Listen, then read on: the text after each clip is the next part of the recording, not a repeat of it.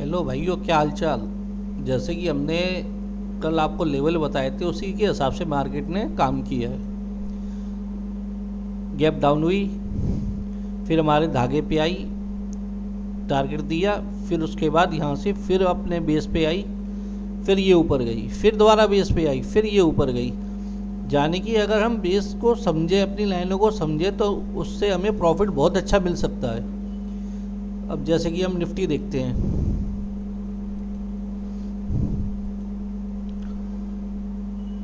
ये देखो,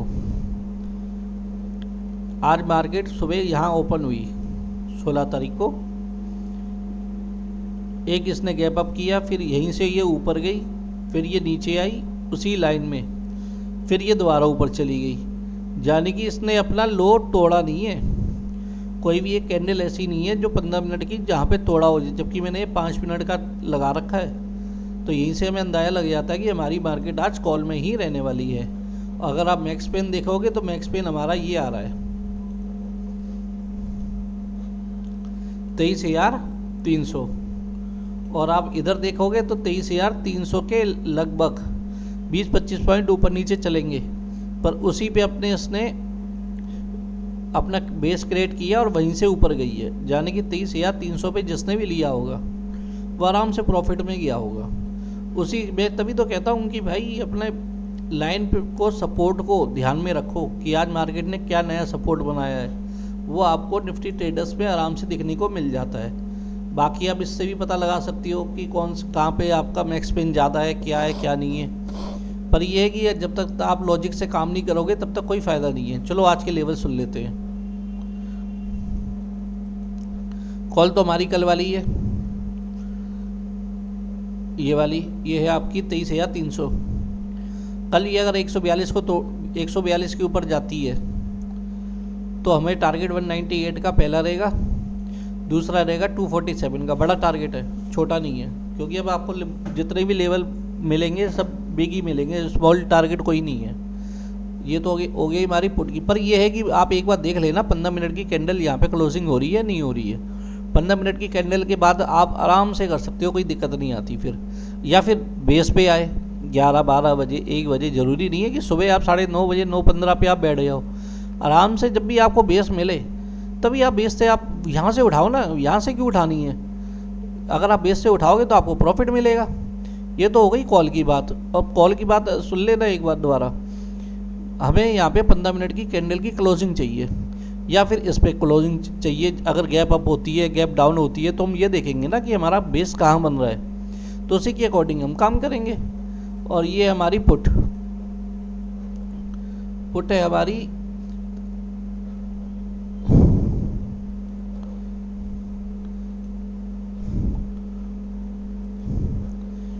पुट है हमारी 23,450 की, जो 115 पे इसकी क्लोजिंग आई है।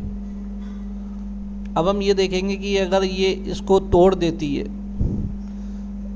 यानी कि 92 को भी, इसका जो लास्ट बेस है, तो आप ये समझ लेना फिर ये ज़ीरो होगी। फिर हमारा ये कॉल वाला प्राइस रॉकेट बन जाएगा। फिर ये 100 पॉइंट आराम से देगा बिना किसी उसके। पर ये देख लेना कि ये नीचे जा रहा है या नहीं जा रहा है। जब तक ये नीचे नहीं जाएगा तब तक हम कॉल नहीं ले सकते हैं। और कोई भी आप काम करते हो तो पहले आप ये देखा करो कि मेरा प्राइस कहाँ जा रहा है। जैसे कि कल हुआ था, कल मार्केट पूरे दिन एक ही साइड में घूमती रही, साइडवेज, और मार्केट कॉल के और पुट के दोनों के ही डीके हुए हैं।